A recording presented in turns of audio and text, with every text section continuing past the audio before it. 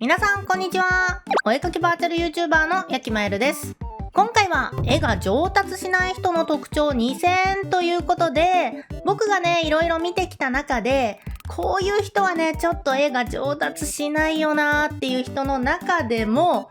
特にねこれはダメだなって思うものを厳選して2つね紹介していこうと思います。で、最初に今からね紹介する2つの特徴に当てはまる人、当てはまらない人、どういう違いがあるのかっていうのをね先に伝えたいんですが、まず当てはまっちゃう人、なんとね技術が何も身につきません。そしてみんなから見放されます。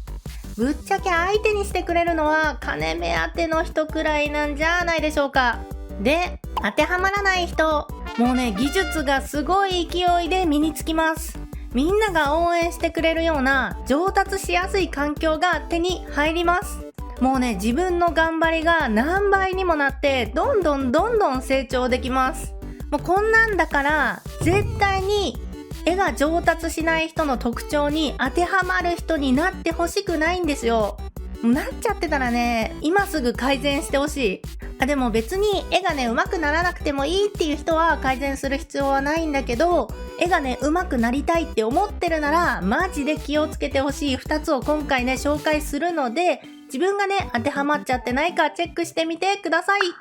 それでは紹介していくんですが、まずね絵が上達しない人の特徴の1つ目は、すごい人を認められない。これです。すごい人っているじゃないですか。絵関係だと例えば絵がめちゃくちゃ上手い人、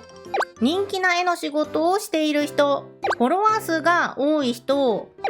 稼いでる人とか、こういうすごい人たちを認められない人がいるんですよね。どんな感じかっていうと、例えば絵がめちゃくちゃ上手い人に対しては、画力はあるけど人気がないよね、画力だけで絵に魅力がないよねとか、人気な絵の仕事をしてる人に対しては、運がいいだけ、仕事のおかげで見られてるだけで絵は下手くそとかね。フォロワー数が多い人に対しては、エロ視聴量産してるだけで画力はないとか、投稿数が多いだけで画力がないとかね。稼いでる人に対しては、金儲けしか考えてないとかね。こんな感じのことをぐちぐち考えてる人、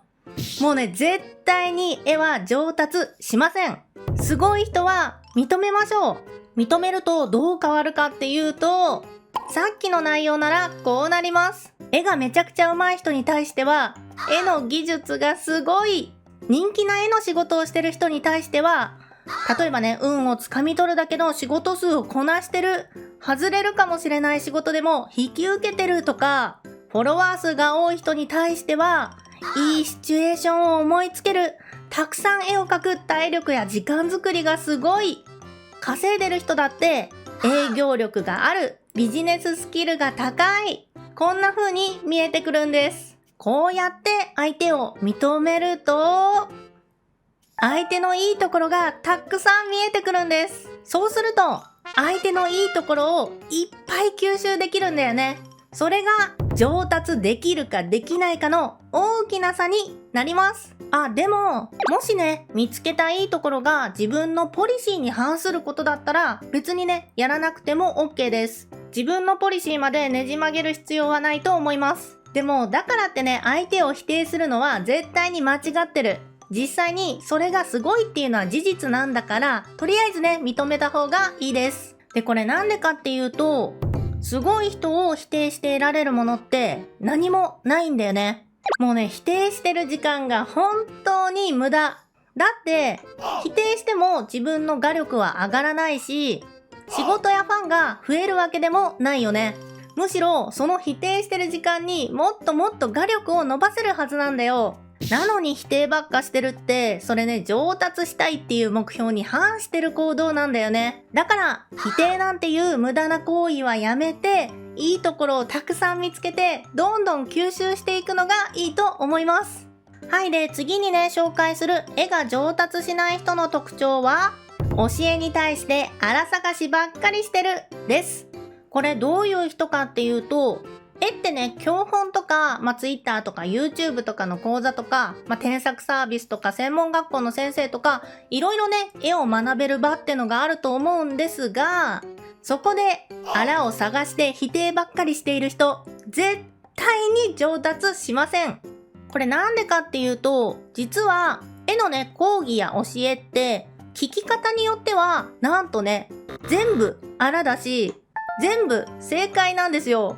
何言ってるんだっていう感じだと思うんだけど、絵って芸術だから正解はないんだよね。正解がないっていうことは全部間違いでもあるし、全部正解でもあるんだよね。だから、あらを探すって本当に意味がないことなんです。じゃあ具体的にどういう聞き方をしたらいいんだっていうと、その人はそう考えて描いてるんだっていう風に聞くのがおすすめです。だってその人がそう考えて絵を描いてるっていうのは絶対にね、間違いない事実。だからそれが正しいか正しくないっていうのを考えるのはナンセンスなんだよね。そう思って聞くと、なんとね、全部正解になるんだよね。でも全部正解だとすると、いろんな考えや書き方があって、どうしたらいいかわからなくなっちゃうっていうね、人もいるかもしれないんだけど、自分の描きたい絵を描くときには、どれが一番良さそうかなっていう風に、取捨選択すればいいだけなんだよね。まずは全部一つの考えとして受け取って、その上で自分の目的に合わせて取捨選択するっていうことが大切だと思います。で、取捨選択するときに気をつけてほしいのが、条件を意識することです。例えば、〇〇しましょうって先生とか本に書いてあったりしたときに、実は話の流れで何かしらの条件が入ってるんだよね。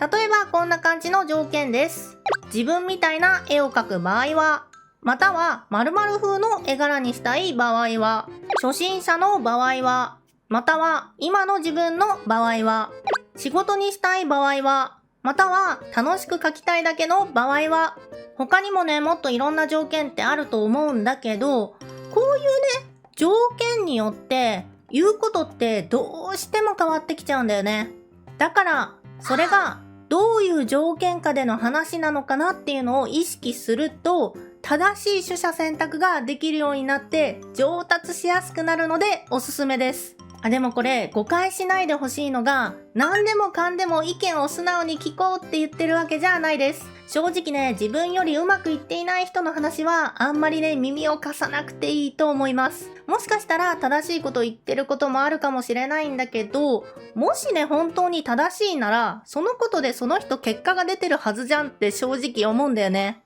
だから、その話してる内容の部分で、ちゃんと自分よりうまくいってるっていう人や、成功してるっていう人の話だけ聞いてた方が間違いないと思います。で、この2つね、紹介してきたんですけど、気づいた人いるかな？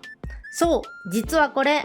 絵だけの話じゃないんです。なんでもそう、否定したり、荒探ししてても、何にも意味がないっていうのは、どんなことでも同じなんだよね。否定するよりすごい人を認めていいところを吸収する。あらを探すより一旦情報として受け止めて自分のやりたいことに合わせて取捨選択する。この2つをぜひね、いろんな場で忘れないようにしていてほしいです。これってすっごくね、当たり前のことのような気がするんだけど、どうしてもね、人間ってのは妬んじゃったり、他にもね、自分のポリシーに反する人とか、そういうことっていうのを見ると否定したくなっちゃったり、あらをね、探したりしちゃいがちなんだよね。特に気分が落ち込んじゃってる時や、心に余裕がない時は、そんな考えが浮かんじゃったりしやすい。でも、そういう時には、それって本当に意味があるのかな？自分の成長につながってるのかなって思って、スパッとね、やめましょう。そうすれば何事もどんどん上達していけるはずです。で、これってね、自分が成長できるかできないかっていう話だけじゃなく、なんとね、周りが変わってくる話なんです。まずね、否定や荒探しばかりしてる人、マジで周りに見放されます。具体的な例を紹介していくと、例えば会社でもそんな新人はね、誰も教育してくれなくなっちゃうし、専門学校とかでも先生とかにまともに相手されなくなっちゃいます。もうね、こんな感じでとにかく周りに見放されていきます。唯一ね、相手にしてくれるのは金が欲しいだけの詐欺師ぐらいかなって思いますね。あ、上手くなってますね、上達してますね、いい調子ですねって気持ちのいいことだけ言ってきて、金だけ持っていかれちゃうと思います。逆に認めたり教えを素直に受け止めたりできる人は、周りがどんどん成長させてくれます。会社とか学校とかでも周りがどんどん技術を教えてくれるようになるし、周囲の人やファンの人もいっぱいね、応援してくれるし、支えてくれるようになります。それって自分が成長しやすい環境ができるっていうことなんだよね。よく何事も環境のせいばかりにするような人っているけど、その環境は自分で作っていることがほとんどなんです。自分が変われば周りも変わる。自分が成長できる環境は自分自身で作っていきましょう。ということで、絵が上達しない人の特徴でした。なんと、僕の初書籍、大切なのは練習や勉強だけじゃない、絵が上手くなる5つの習慣が好評発売中です。ぜひゲットしてください。また、このチャンネルではお絵描き関連の動画をたくさんアップしています。チャンネル登録、高評価よろしくお願いします。それでは次回の動画でお会いしましょう。では